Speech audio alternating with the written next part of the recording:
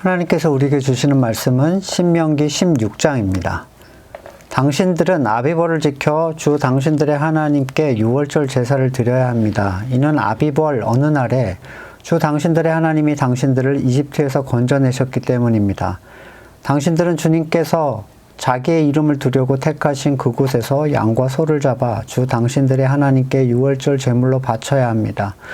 누룩을 넣은 빵을 이 제물과 함께 먹으면 안 됩니다. 이래 동안은 누룩을 넣지 않은 빵, 곧 고난의 빵을 먹어야 합니다. 이는 당신들이 이집트 땅에 나올 때 급히 나왔으므로 이집트 땅에서 나올 때의 일을 당신들이 평생토록 기억하게 하려 함입니다. 이래 동안은 당신들의 땅의 경계 안 어디에서도 누룩이 눈에 띄어서도 안 되고 첫날 저녁에 잡은 제물 고기를 다음날 아침까지 남겨두어서도 안 됩니다. 유월절 제사는 주 당신들의 하나님이 당신들에게 주시는 성업이라 해서 아무 데서나 다 드릴 수 있는 것은 아닙니다. 유월절 제물로 드릴 것은 당신들의 주 하나님께서 당신들의 이름을 두려고 택하신 곳에서만 잡을 수 있으며 잡는 때는 당신들이 이집트를 떠난 바로 그 시각 곧 초저녁 해가 질 무렵입니다. 주 당신들의 하나님이 택한 곳에서 고기를 구워 먹고 아침이 되면 당신들의 장막으로 돌아가십시오. 엿새 동안은 누룩을 넣지 않은 빵을 먹고 이렛날은 주 당신들의 하나님 앞에 성회로 모이십시오. 당신들은 어떤 일도 해서는 안 됩니다. 그로부터 7일을 세는데 밭에 있는 곡식에 낫을 대는 첫날부터 시작하여 7일을 세십시오. 그리고 주 당신들의 하나님이 당신들에게 주신 복을 따라 마음에서 우러나오는 예물을 가지고 와서 주 당신들의 하나님께 칠칠절을 지키십시오. 당신들은 주 당신들의 하나님이 그의 이름을 두려고 택하신 그곳에서 당신들과 당신들의 아들, 딸과 남종, 여종, 성 안에 사는 레위 사람과 떠돌이와 고아와 과부까지도 함께 주 당신들의 하나님 앞에서 즐거워해야 합니다. 당신들은 이집트에서 종살이 하던 것을 기억하고 이 모든 규례를 어김없이 잘 지키십시오. 당신들은 타작마당과 포도주 틀에서 소출을 거두어 드릴 때 이래 동안 초막절을 지켜야 합니다. 당신들은 이 절기에 당신들과 당신들의 아들과 딸과 남종, 여종, 성 안에 같이 사는 레위 사람과 떠돌이, 고아, 과부까지도 함께 즐거워해야 합니다. 당신들은 주 당신들의 하나님이 택하신 곳에서 이래 동안 초막절을 지켜야 합니다. 당신들은 주 당신들의 하나님이 당신들의 모든 소출과 당신들이 손을 댄 모든 일에 복을 주셨기 때문에 즐거워하는 것입니다. 모든 남자는 한 해에 3번 무교절, 칠칠절, 초막절에 주 당신들의 하나님이 택하신 곳으로 가서 주님을 뵈어야 합니다. 그러나 빈손으로 주님을 뵈러 가서는 안 됩니다. 저마다 주 당신들의 하나님으로부터 받은 복에 따라서 그 힘대로 예물을 가지고 나가야 합니다. 당신들은 주 당신들의 하나님이 각 지파에게 주시는 모든 성읍에 재판관과 지도자를 두어 백성에게 공정한 재판을 하도록 하십시오. 당신들은 재판에서 공정성을 잃어서도 안 되고 사람의 얼굴 보아주어서도 안 되며 재판관이 뇌물을 받아서도 안 됩니다. 뇌물은 지혜 있는 사람의 눈을 어둡게 하고 죄 없는 사람을 죄인으로 만듭니다. 당신들은 오직 정의만을 따라야 합니다. 그래야만 당신들이 살고 주 당신들의 하나님이 당신들에게 주시는 땅을 당신들이 차지할 것입니다. 당신들은 당신들이 만든 주 당신들의 하나님의 제단 옆에 어떤 나무라도 아세라 목상을 만들어 세워서는 안 됩니다. 그리고 주 당신들의 하나님이 미워하시는 석상을 만들어 세워서도 안 됩니다. 아멘. 유대교의 3대 절기가 있습니다. 오늘 본문에서 언급된 출애굽을 기억하는 유월절, 그리고 주신 유업을 누리게 하심을 감사하는 칠칠절, 그리고 광야에서 나그네 되었음을 기억하는 초막절이 있는데 각각의 절기에는 이스라엘 출애굽 역사와 하나님께서 그들에게 베푸신 사랑, 그리고 그들이 어떤 존재였음을 기억하게 하시려는 하나님의 의도가 담겨 있습니다. 잠깐씩 그 특징적인 부분을 살펴보겠습니다. 유월절은 가장 유대교에서 큰 명절이죠. 요세푸스에 의하면 많게는 200만까지도 그 예루살렘에 모였었다고 하는데 이 유월절은 출애굽 당시의 긴박함을 생생하게 담고 있습니다. 아비벌 그 어느 날 밤 하나님께서는 이스라엘을 그들의 바램과 전혀 관계없이 정권적으로 이끌어내셨어요. 유월절이라는 이름의 히브리어적인 그 번역은요, 넘어가다라는 뜻입니다. 넘어가다. 우리는 이 뜻에서 아주 중요한 초점을 하나 잡게 되는데, 어린 양의 피는 하나님의 재앙이 그것을 넘어가게 하는 능력이지, 그 대상이 하나님처럼 되거나 하나님처럼 변화하거나 하나님이 원하시는 대로 사는 어떤 결과물을 근거로 해서 통과되는 게 아니라는 거예요. 하나님의 재앙이 이스라엘 사람을 넘어간 이유는 그들이 이스라엘 혈통을 가졌다는 이유 때문이 아니었습니다. 출애굽기 12장 21절 이하에 여러분은 여러분의 가족과 함께 먹을 양, 염소를 준비해 유월절 제물로 삼으십시오. 우슬초 묶음을 구하여다 그릇에 받아놓은 피에 적셔서 피를 상인방 좌우 문설주에 뿌리고 아침까지 아무도 자기 집 문 밖으로 나가서는 안 됩니다. 주님께서 이집트 사람을 치시려고 지나가시다 상인방과 좌우 문설주에 바른 피를 보시고 그 문 앞을 그냥 지나가실 것이며 파괴자가 여러분의 집을 치러 들어가지 못하게 하실 것입니다. 이 죽음의 파괴자가 피를 보고 그냥 넘어가는 거예요.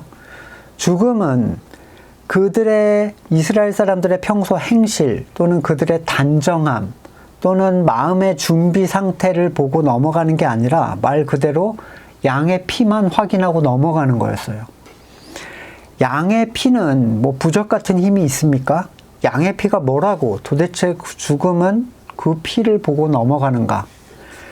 그들은 여전히 하나님을 알지 못했고 하나님의 사랑을 이해하지 못했지만 양의 피가 발라져 있다는 이유만으로 넘어갔어요. 거듭난 성도들에게 있어서 고민이 있습니다. 자신의 삶의 모습에 대한 고민이죠. 그리스도처럼 되어야 하는데 나는 바울처럼, 나는 요한처럼, 나는 저 위대한 믿음의 선조들, 순교자들처럼 나도 그렇게 살아야 하는데 왜 난 변하지 않을까? 이러한 의문들은 이런 비참한 질문을 던지게 만들어버려요. 어떤 질문이냐면 나는 구원받을 수 있을까? 이 사람들의 자기 자신의 모습에 대한 불만족은 결국 피만 보고 넘어가겠다는 하나님의 뜻을 무시하는 결과를 가져옵니다.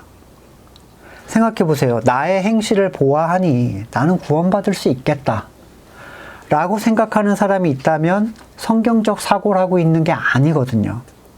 마치 문지방에 양의 피를 발라놓은 사람들이 방 안에서 나는 내가 평소 행실을 생각할 때 나는 죽을 것 같아. 죽음이 나를 절대로 그냥 넘기지 않을 거야. 라고 생각한다면 그게 성경적 믿음이라고 얘기할 수 있을까요? 이 말은 네 멋대로 살아도 믿으면 천국 간다는 얘기랑은 완전 다른 얘기입니다. 그러니까 극으로 서로 이렇게 빠져서 본질을 전혀 찾지 못하는 경우가 정말 많아요.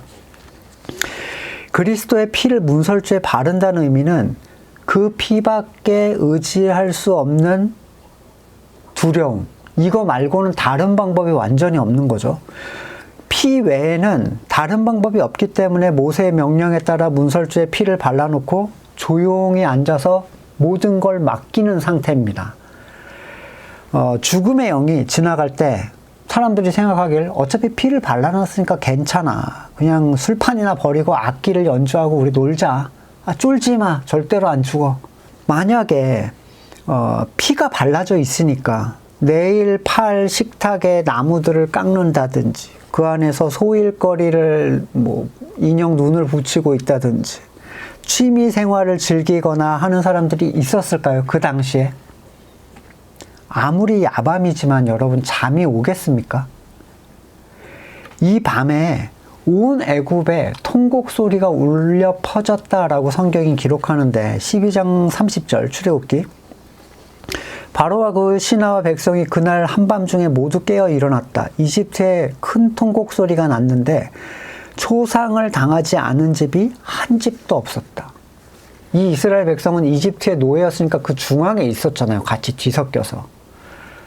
온 동네에서 갑자기 여러분 초상집 울음이 나는데 여기서 우리는 피리가 발려져 있으니까 쫄지 마. 뭐 하고 싶은 거 하고 그냥 살자. 이렇게 할 수가 있을까요? 점점 늘어나는 통곡 소리 속에서 두려움은 더 커졌으면 커졌지. 결코, 야, 안 죽어. 쫄지 마. 이런 사람은 아마 아무도 없었을 거예요. 그들은 자신의 문지방에 바르게 피가 발라져 있는지 꼼꼼히 확인을 다시 한번 해보겠죠. 그 재앙이 넘어가는 것을 두려운 마음으로 조용히 기다리지 않겠습니까? 숨도 제대로 못 쉬었을 것 같아요. 그죠? 바울도 베드로도 요한, 엘리야, 아브라함이나 다니엘이나 다윗 그 누구도 하나님 앞에 서게 될 때 그가 의롭다 칭함을 받게 되는 것은 그의 행동이 아니라 그리스도의 피예요. 그가 어떤 삶을 살았는가가 아닙니다. 때로 우리는 대단한 삶을 살았던 믿음의 선조를 볼 때 자신이 너무 초라해서 나 이러고 천국 갈 수 있을까? 라는 망령된 생각을 할 때가 있어요. 내 행동이 만약에 나의 마음에 들면 흡족하면 이 정도면 괜찮다 라고 했다면 그런 생각을 그때는 안 하시겠습니까? 아니, 성경의 인물들은 자신의 행동에 대하여 천국에 갈만하다라고 흡족하게 생각을 했을까요? 바울은 자기 자신에 대하여 죄인 중에 괴수다라고 얘기를 합니다. 그게 단지 과거의 기독교인을 핍박했던 이유 때문이겠습니까? 모든 죄를 용서해 주시는 그리스도의 보혈을 놓고 과거의 일이 그의 발목을 붙잡았을까요?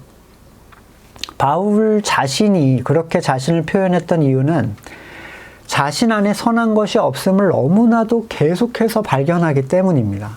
그 어떤 행위, 희생, 헌신, 업적으로 결코 하나님의 나라에 들어갈 수 있는 자격을 얻을 수 없다는 것을 분명하게 알고 있었어요. 그는 자신을 생각할 때 늘 하나님의 나라에 합당하지 못한 자였습니다. 그냥 자신만 놓고 생각할 때요. 누군가 하나님의 나라에 합당하게 되는 이유는 그가 대단히 변화되었기 때문이 아니라 그가 그리스도의 보혈의 은혜를 입었기 때문입니다. 저는 가끔 이런 생각을 합니다. 제 행동이 바울, 요한, 사도들처럼 순교하신 어떤 믿음의 선조들처럼 된다면 그것이 은혜의 결과물이라는 사실을 나는 인지할 수 있을까? 제가 3층 천에 올라가서 사람은 감당할 수 없는 비밀을 알게 되고 천사의 말을 하게 된다면, 수많은 은사가 나를 통해서 나온다면 아마도 저는 제가 대단히 신령한 존재가 된 것처럼 착각을 일으킬 것 같아요. 그러면서 그리스도의 보혈의 가치를 의지하기보다는 주님, 제가 주님의 이름으로 이것도 했고 저것도 했고 이렇게 했고 저렇게 했고 제가 한 것들을 나열을 계속 하겠죠. 제 신령한 행동, 생각의 가치 이런 것들을 자랑하고 그걸 의지해서 하나님의 나라에 들어가고자 하는 자살 행위를 할 것 같아요. 제 수준은 그렇습니다. 그렇게 바닥이에요. 그러한 고결한 그리스도의 보혈의 능력을 입은 삶의 모습 자체를 지금 감당할 수 있겠는가? 제가 제 꼴의 실체를 봐야 이걸 인정할 수 있을 거 아닙니까? 제가 아무리 부족해 보여도 그 부족함은 우리를, 성도를 겸손하게 해줍니다. 따라서 이 말이 제발 자신의 행동으로 맘대로 살아도 천국 간다라는 쪽으로 해석되지는 않았으면 좋겠는데 거의 뭐 아니면 도식으로 해석을 해요. 그래서 어떤 사람들은 이렇게 하면 천국 못 갈 것 같아 이러고 이렇게 생각하면 안 된다 그랬더니 뭘 해도 이제 천국 갈 수 있어. 이런 양극단을 달리고 있죠. 이런 사상은요, 니골라당, 우리 계시록에 나오는 니골라당이 있죠. 비슷한 생각이었는데 니골라당은 버가모 교회에 침투한 이단이었는데 한번 하나님을 믿은 뒤에는 무슨 행동을 해도 죄가 되지 않는다. 왜? 그리스도의 보혈이 다 덮어주기 때문에 도덕 폐기론 또 무율법주의를 지향을 했습니다. 성경이 분명히 성도에게 명하는 바가 있고 그 명령 앞에서 성도는 항상 작아져요. 심지어 내가 과거보다 좋아졌다 하더라도 새로운 성경 말씀 앞에서 나는 계속 작아집니다. 그래서 겸손하게 되는 거예요. 겸손을 유지할 수 있는 정말 귀한 수단이죠. 그렇지만 행하게 하시는 그리스도의 은혜를 기다리면서 겸손히 기다리는 것, 그분의 손길을 향하는 것이 정상적인 성도지, 나는 뭘 해도 죄가 되지 않는다, 이 판단은 하나님한테 맡기겠다, 뭐 이런 식의 주장을 하는 건 복음적 가치를 짓밟는 이단적 사상입니다. 하나님한테 마지막 때에 가가지고 그걸 맡기는 그 결과를 거기서 보고 싶으신가요? 출애굽기 12장 25절, 여러분은 주님께서 여러분에게 주시겠다고 약속하신 땅에 들어가거든 이 예식을 지키십시오. 이것이 무슨 의미입니까? 아들딸이 묻거든. 이것은 주님께 드리는 유월절 제사다. 주님께서 이집트 사람을 치실 때 이집트에 있던 이스라엘 자손의 집만은 그냥 지나가셔서 우리들의 집을 구하여 주셨다고 이르십시오. 백성은 이 말을 듣고 엎드려 주님께 경배드렸다. 묘하게 광야에서는요, 유월절을 지키지 않았습니다. 유월절은 누굴 위한 거죠? 유업을 받은 사람들을 위한 절기였어요. 새롭게 태어난 사람들은 아직 보혈의 가치를 잘 모릅니다. 광야에서 옛사람의 모습이 무엇인지 발견하고 그것을 벗고 참으로 새 사람의 가치를 누릴 수 있을 때야 비로소 자신을 광야로 이끌어낸 보혈의 가치를 기린다는 것이 뭘 의미하는지를 그때야 알 수가 있어요. 이 유월절을 기리는 방식은 우리가 알다시피 그날의 그 긴박함을 떠올릴 수 있도록 허리에 띠를 띠고 불에 구운 고기를 누룩을 넣지 않은 빵과 쓴 나물을 곁들여서 손에 지팡이를 들고 허겁지겁 먹는 겁니다. 어떤 의미에서 정작 그 일을 경험했던 1세대는 다 죽었는데 이 2세대들 체험도 없이 이 행동을 하게 돼요. 이 기념은 약속한 것을 받은 자들이 참되게 누릴 수 있도록 명령된 가치입니다. 이 절기에 특별히 누룩을 경계하라는 얘기가 나오는데 중요한 특징은 이 유월절 어린 양의 피의 가치를 기리면서 그 은혜를 기억하는 자리에 본질을 변형시키는 다른 것을 섞는 것에 대한 경고예요. 누룩은 신약에서 긍정적인 의미로도 사용이 되고 부정적인 의미로도 사용이 다 되었는데 그 중에서 경계를 요하는 부정적인 의미로 이 유월절 누룩을 이해하는 것이 적절할 것 같아요. 마태복음 16장 11절, 내가 빵을 두고 너희에게 말한 것이 아님을 너희가 깨닫지 못하느냐? 바리새파 사람들과 사두개파 사람들의 누룩을 경계해라. 그제서야 그들은 빵의 누룩이 아니라 바리새파 사람들과 사두개파 사람들의 가르침을 경계하라고 하신 말씀인 줄을 깨달았다. 평행본문인 누가복음 12장 1절에서는 교훈을 바리새인과 사두개인의 외식이라고 해석을 했습니다. 위선, 그렇죠? 너희는 바리새파 사람들의 누룩 곧 위선을 경계하여라. 그러니까 바리새와 사두개의 교훈은 이 위선, 외식과 깊은 관계가 있는데 이게 율법이거든요. 그들은 율법의 행위를 사람의 의로 여기고 그것을 사람의 능력으로 완수할 수 있다. 그것으로 의를 얻을 수 있다라고 강조하면서 그렇게 가르치고 그렇게 행합니다. 하지만 그것이 외식인 이유는 그게 안으로부터 나온 행동이 아니기 때문이에요. 마태복음 23장 24절, 율법학자들 바리새파 사람들 위선자들아 너희에게 화가 있다. 너희는 잔과 접시의 겉은 깨끗하게 하지만 그 안에 탐욕과 방종으로 가득 채우기 때문이다. 눈먼 바리새파 사람들아 먼저 잔 안을 깨끗하게 해라. 그리하면 겉도 깨끗하게 될 것이다. 율법학자들과 바리새파 사람들아 위선자들아 너희에게 화가 있다. 너희는 회칠한 무덤 같기 때문이다. 그것은 겉으로는 아름답게 보이지만 그 안에는 죽은 사람들의 뼈와 온갖 더러운 것이 가득하다. 두 번째로 고린도전서에서 교회 내 문제를 일으키고도 계속 성도의 자리에 앉아있는 그 사람들을 놓고 누룩이라고 표현을 해요. 음행하는 자들에 대한 경고로 이어지는데 고린도전서 5장 5절 이하에 여러분은 그러한 자를 당장 사탄에게 넘겨줘서 육체는 망하게 하고 영은 주님의 날에 구원을 얻게 할 것입니다. 여러분 자랑하는 것이 옳지 않습니다. 여러분 적은 누룩이 온 반죽을 부풀게 한다는 걸 알지 못합니까? 새 반죽이 되기 위해서 묵은 누룩을 깨끗이 치우십시오. 사실 여러분은 누룩이 들지 않은 사람들입니다. 우리들의 유월절 양이신 그리스도께서 희생되셨습니다. 그러므로 묵은 누룩, 곧 악의와 악독이라는 누룩을 넣은 빵을 절기로 지키지 말고 성실과 진실을 누룩으로 삼아 누룩 없이 빚은 빵으로 지키십시다. 라고 하면서 뒤쪽에서 뭘 얘기하냐면 12절에 밖에 있는 사람들을 심판하는 것이 나에게 무슨 상관입니까? 여러분이 심판해야 할 사람들은 안에 있는 사람들 아니겠습니까? 밖에 있는 사람들은 하나님께서 심판하실 것입니다. 여러분은 그 악한 사람을 여러분 가운데서 내쫓으십시오. 이게 누룩을 제거하는 거예요. 한마디로 치리죠. 교회적 치리. 세 번째로 복음의 가치를 벗어나는 다른 교훈을 주는 자들에 대한 경고입니다. 갈라디아서 5장 7절 이하에 너희가 다름질을 잘하더니 누가 너희를 막아 진리를 순종하지 못하게 하더냐. 그 권면은 너희를 부르신 이에게서 난 것이 아니다. 적은 누룩이 온덩이에 퍼진다. 나는 너희가 아무 다른 마음을 품지 아니할 줄을 주 안에서 확신하노라. 그러나 너희를 요동하게 하는 자는 누구든지 심판을 받으리라. 성도에게 있어서 유월절의 기념은 자신이 어떤 존재였는지, 얼마나 급하게 하나님의 전권에 이끌려서 탈출을 했는지, 그 긴박했던 상황을 기억하는 것이고, 이것과 함께 그 순수성을 유지하기 위하여 자신의 주변에 누룩이 될 만한 것들을 제거함으로써 그 가치를 분명하게 하는 일에 있습니다.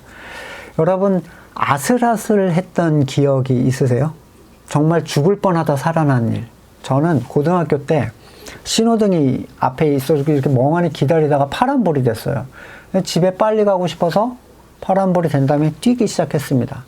근데 한 20-30m쯤에서 끼익 하는 브레이크를 밟는 소리가 나는 거예요. 그래서 보니까 브레이크를 밟은 채 차가 굉장히 빠르게 이렇게 저쪽으로 다가오는 거죠. 그래서 제가 이렇게 뛰어가다가 발을 탁 멈췄는데, 관성이 있으니까 이렇게 몸이 계속 가잖아요. 발은 멈췄는데.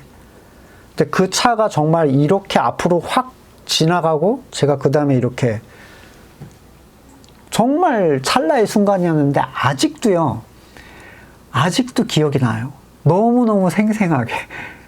정말 죽다가 살았죠. 아마 부딪혔으면, 절대로 운전할 수 없는, 네, 그런, 한참 뒤를 한 10m쯤 가서 그 차가 멈췄거든요.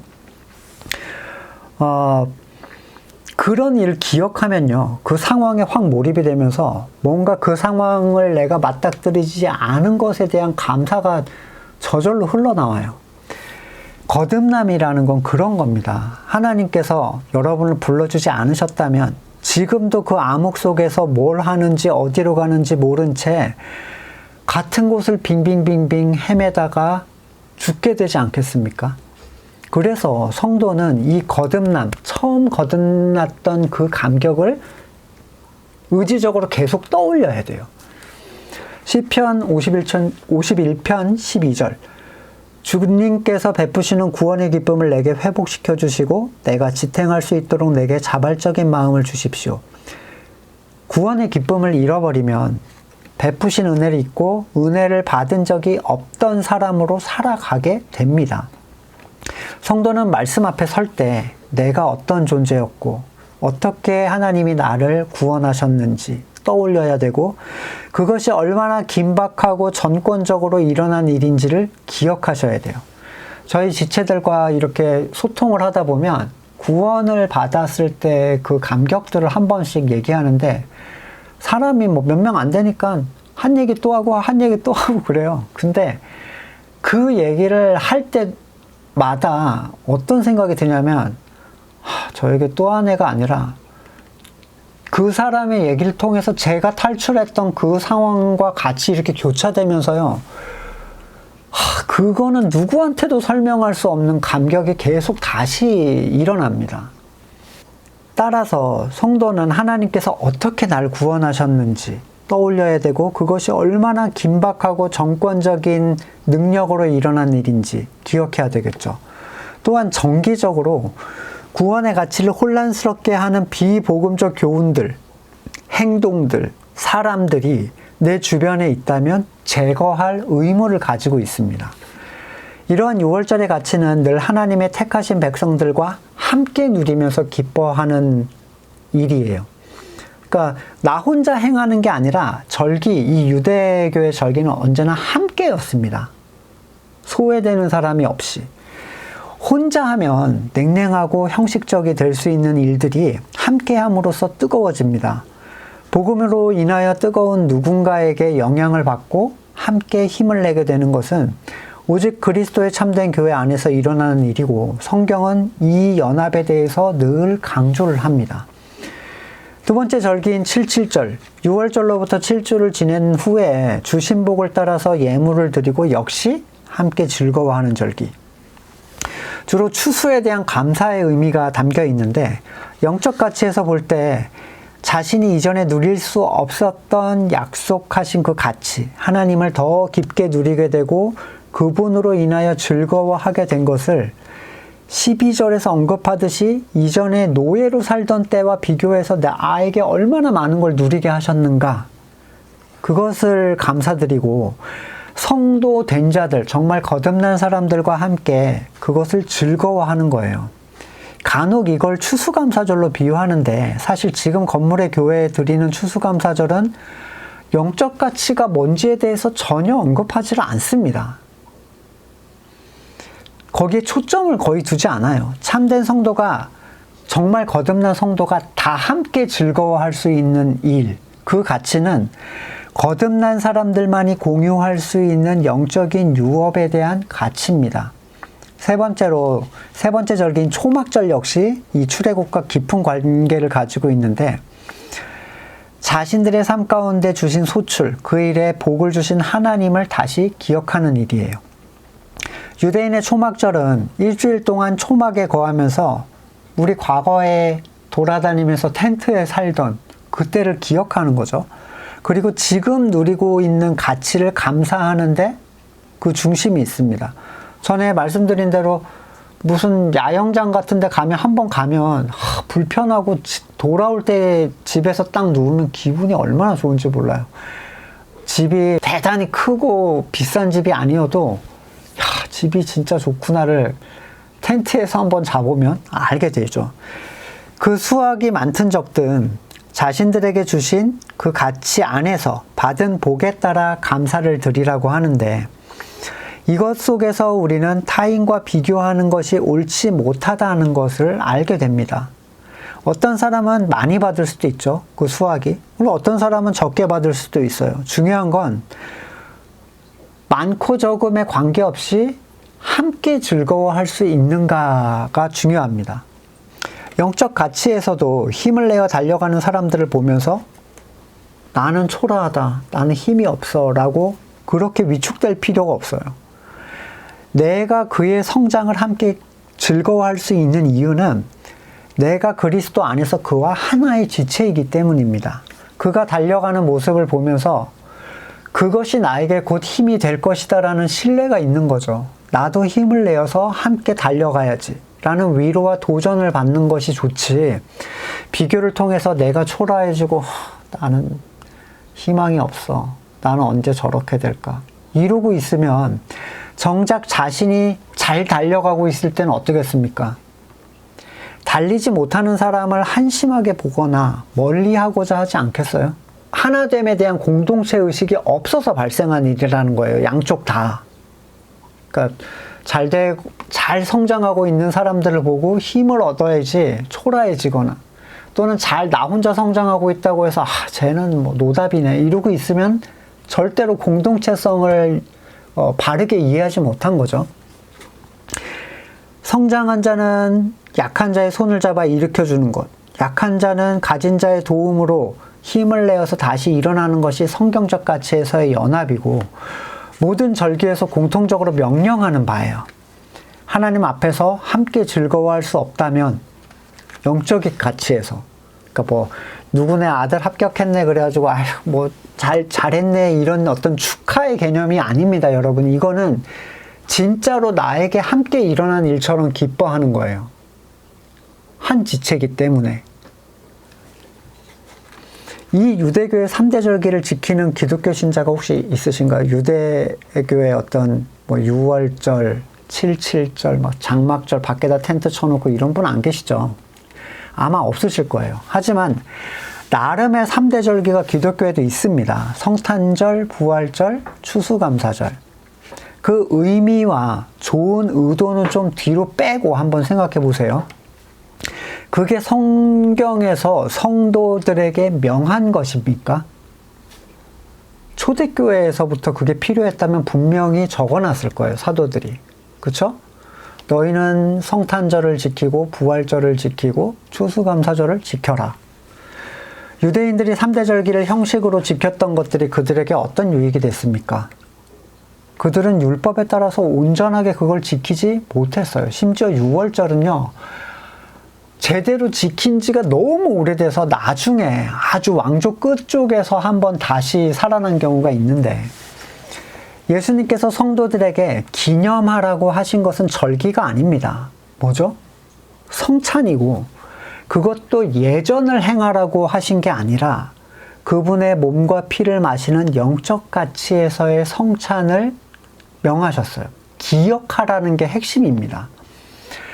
옛 언약 속의 절기들은 말 그대로 사람의 의지를 가지고 지켜야만 하는 것이었죠. 쉽게 말씀드리면 이 절기의 의의는 몰라도 또는 참으로 감사하는 마음이 전혀 없어도 시키는 대로 행위로 율법에서 명하는 대로 하기만 하면 됐었어요.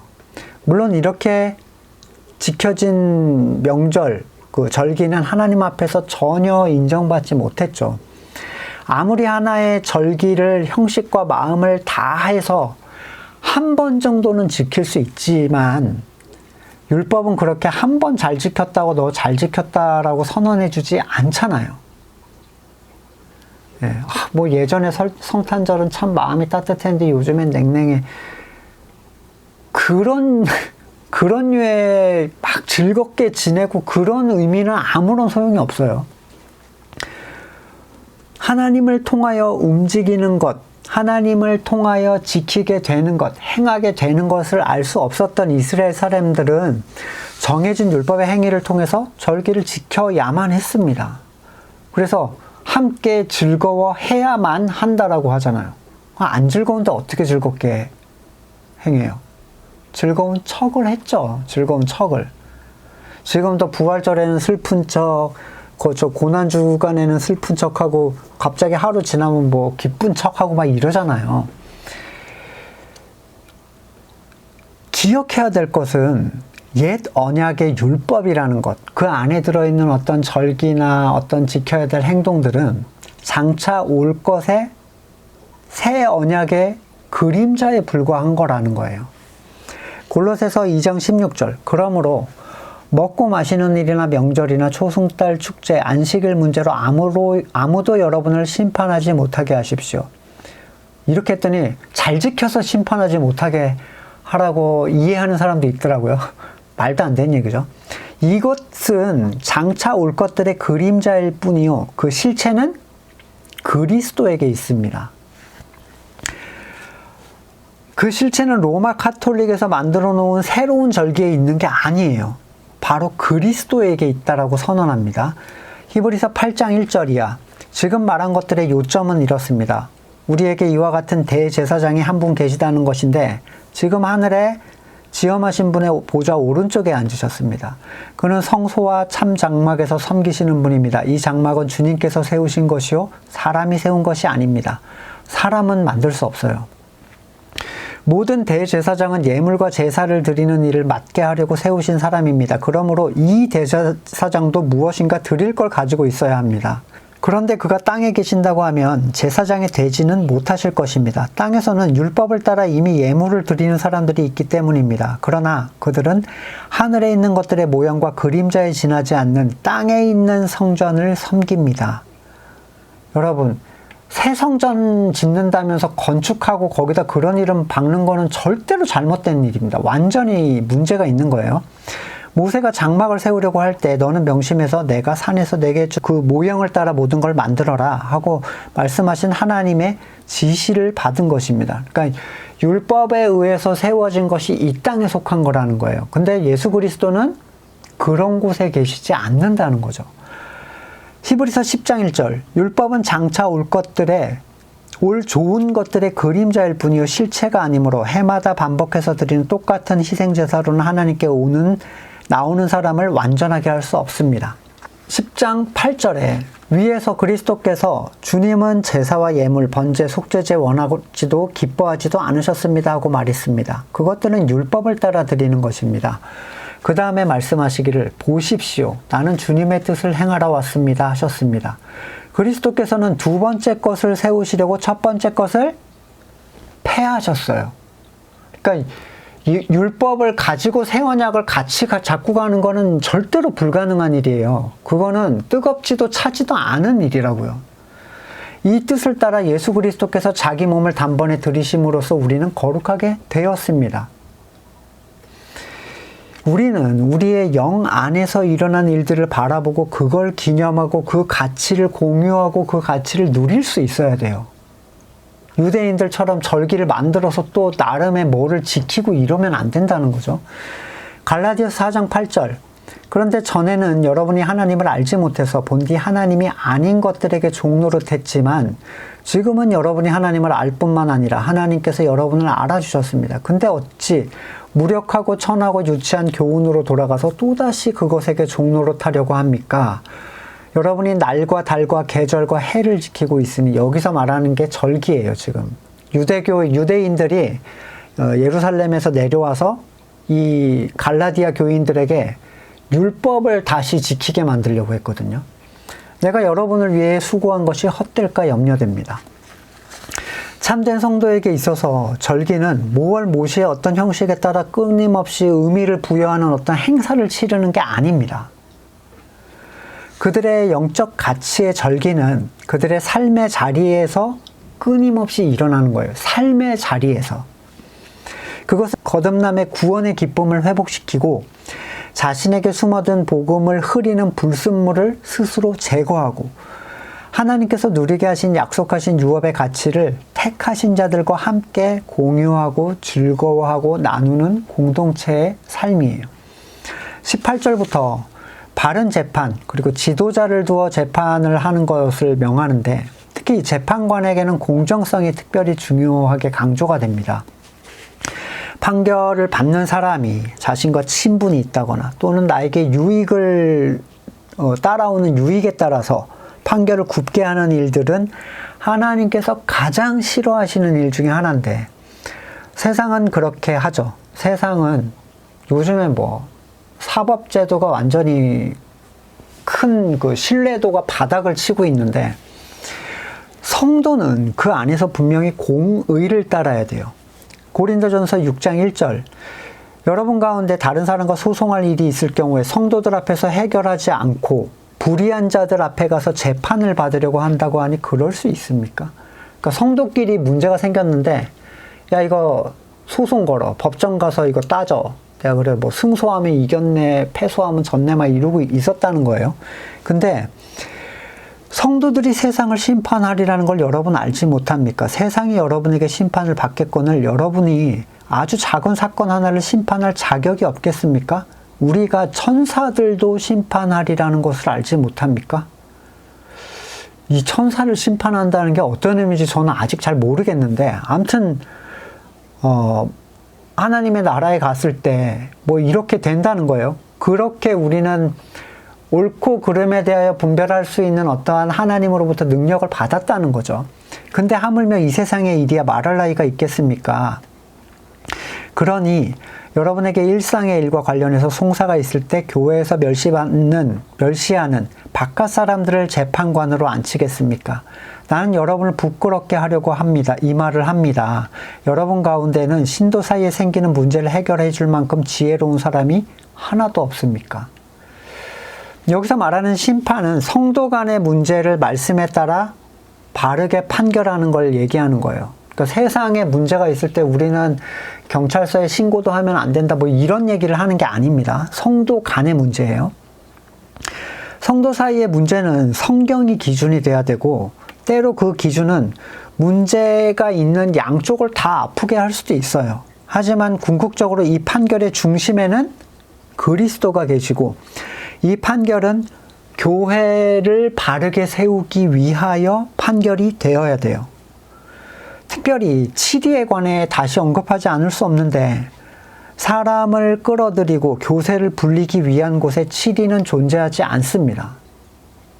뭐 하러 나가라고 하겠어요? 서로 좋은 게 좋은 거라고 그냥 웃으면서 같이 지내면 되죠. 오히려 치리는 교회가 복음의 순수성을 지킬 목적을 강하게 가졌을 때 일어나는 거예요. 필연적으로. 하라고 해서 하는 게 아니라 안 그러면 지켜지지가 않는데 어떻게 합니까?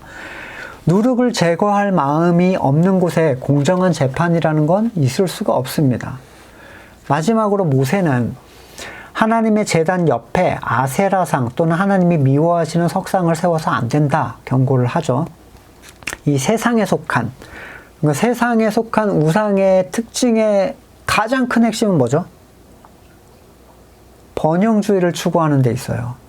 마태복음 6장 24절, 아무도 두 주인을 섬기지 못한다. 한쪽을 미워하고 다른 쪽을 사랑하거나 한쪽을 중히 여기고 다른 쪽을 업신 여길 것이다. 너희는 하나님과 재물을 아울러 섬길 수 없다. 그러니까 이쪽도 좋지만 이쪽도 좋아라는 건 절대로 있을 수 없다는 거예요. 거짓말이라는 거죠. 만약에 내가 돈이 너무 좋아.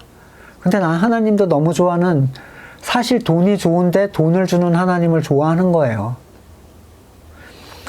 하나님의 이름을 두고 교회라는 곳에서 세상의 성공, 부, 명예, 타락한 존재들의 선의 성취를 빌어줍니다. 이번에 기도 제목이 뭡니까? 우리 아들이 이렇게 됐으면 좋겠는데 이런 걸 앞두고 있습니다. 그러면 다 같이 기도합시다. 그것을 당연한 것이라고 얘기하고, 자녀된 자가 아버지에게 그걸 못 구해? 라고 얘기하고, 당연히 받을 수 있는 권리라고 말하는 것은 주님의 제단을 더럽히는 일이에요. 결코 성경적이지 않습니다. 주님의 제단은 항상 어린 양의 보혈의 가치를 통해서 드려지는 상한 심령이 핵심이고, 그와 함께 세상의 번영을 함께 추구하지 않아요. 그 옆에 다른 석상을 두지 않는다는 거예요. 세상은 번영을 좋아하고 그걸 추구하면서 삽니다. 그래서 사람이 만든 교회는요, 하나님의 교회가 아니라 사람이 만든 교회는 항상 세상의 것을 옆에다 가져다 둬요. 그들은 강단에서는 오직 예수, 오직 믿음, 오직 순종 이런 거 얘기하지만, 살펴보면 그들이 추구하고 간구하고 간증하고 기도하고 자랑하는 것은 눈에 보이는 것들, 한시적인 것들, 모든 성도가 연합하여 함께 즐거워할 수 없는 지극히 개인적인 선의 성취나 성공들입니다. 제단에 다른 신상을 가져다 놓는 존재는 당연히 제단에 관련된 일을 하는 사람이겠죠. 요한복음 2장 14절, 그는 성전뜰에서 소와, 예수님께서 양과 비둘기 파는 사람과 돈 바꿔주는 사람이 앉아있는 것을 보시고 노끈으로 책찍을 만들어 양과 소와 함께 그것들을 모두 성전에서 내쫓으시고 돈 바꾸어 주는 사람들의 돈을 쏟아버리시고 상을 둘러 엎으셨다. 비둘기 파는 사람들에게 이걸 치워라. 내 아버지의 집을 장사하는 집으로 만들지 말아라 하고 말씀하셨다. 제사장들과 레위인들이 허가해주지 않으면 절대로 거기다 가져올 수 없는 종류의 것들이었어요.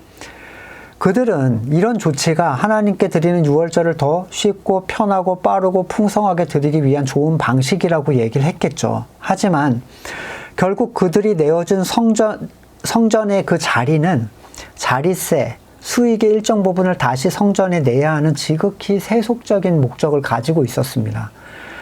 헌금을 더 많이 거두어 드리기 위한 수많은 방식들이 있죠. 심지어는 교인을 만들기 위해서 세상 사람들이 즐거워하는 걸 교회 안에다 가득 채워놨어요. 여기 들어와봐. 이렇게 하는 거죠. 여기 너네가 원하는 게 있어. 핵심적인 게 뭐가 있죠? 놀이 문화가 있고요. 그 다음에 교육이 있습니다. 아이들 교육. 애들을 공략하는 이유가 부모를 끌어들이기 위해서예요. 기가 막힌 거죠. 성도는 사람이 만드는 게 아닙니다. 하나님의 주권으로 거듭난 자가 교회가 되는 거죠. 누군가를 성도로 만들기 위해서 사용하는 그 수많은 방식들이 과연 성경에서 제자된 성도들에게 사용하라고 한 방식인가? 그것이 정말 깊은 데로 가서 그물을 던지라고 하신 복음에 미련한 방식인가? 만약 성경적인 것이 아니라면 여러분 그걸 멈출 수 있겠습니까? 또는 여러분의 교회는 그걸 멈출 수 있을까요? 그 누룩을 교회 밖으로 끊어서 던져낼 수가 있겠습니까?